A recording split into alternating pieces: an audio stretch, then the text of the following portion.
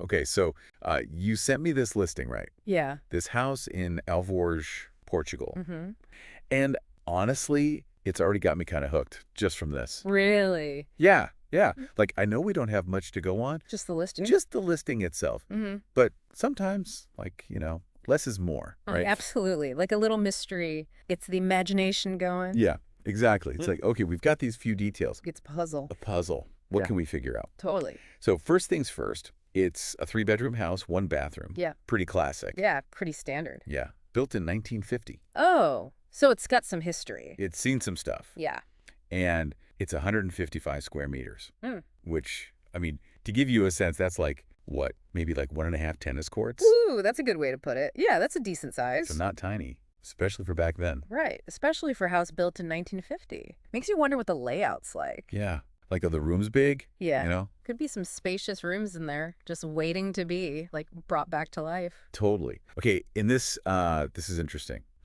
Which, Probably could use some updates. yeah, a little bit of modernization, probably. All right, well, let's talk about Karen, the seller. Okay. She works for Remax. Oh, Remax. Big name, right? Yeah, they're global. Mm-hmm. So she's probably got some experience with real estate. Right, exactly. And she's provided an email address, She's ready to chat. which means, like, she's open to questions. Yeah, I was going to say, maybe she's really looking to find the perfect buyer. Someone who, like, gets it.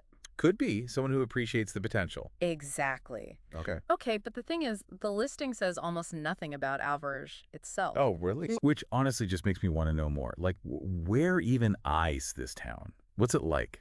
Well, from what I could find, Alvorge is in central Portugal, part of the Ancio municipality in the Louria district. Okay, so, like, we're talking real Portugal here. Yeah, it's a region known for its natural beauty. Like, think rolling hills, maybe some vineyards, olive groves, and then these, like, classic Portuguese villages. Oh, yeah, I can picture it. Like a little slice of old world charm. Totally. Slower pace of life. Yeah, probably a bit off the beaten path, too, which honestly, I kind of like. Right. Like, more authentic. Exactly. Not as touristy. So, okay, let's recap. We've got this house, good size, lots of character. We've got Karen, who seems ready to sell. And then we have Alvorge, which sounds pretty amazing. Sounds like it has potential, yeah. So what really jumps out at you?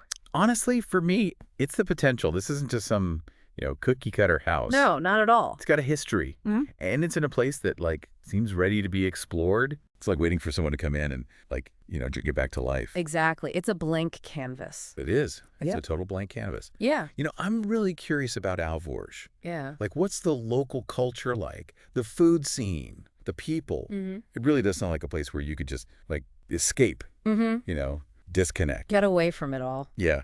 So I got to ask you listening right now, does any of this grab you? Can you see yourself, fixing up this house, becoming part of the Alvorge community? Think about it. Something to consider. It is. All right. Well, that's our deep dive for today. But hey, stick around. We'll have more for you soon. Yeah. Always more to explore. Always more to explore.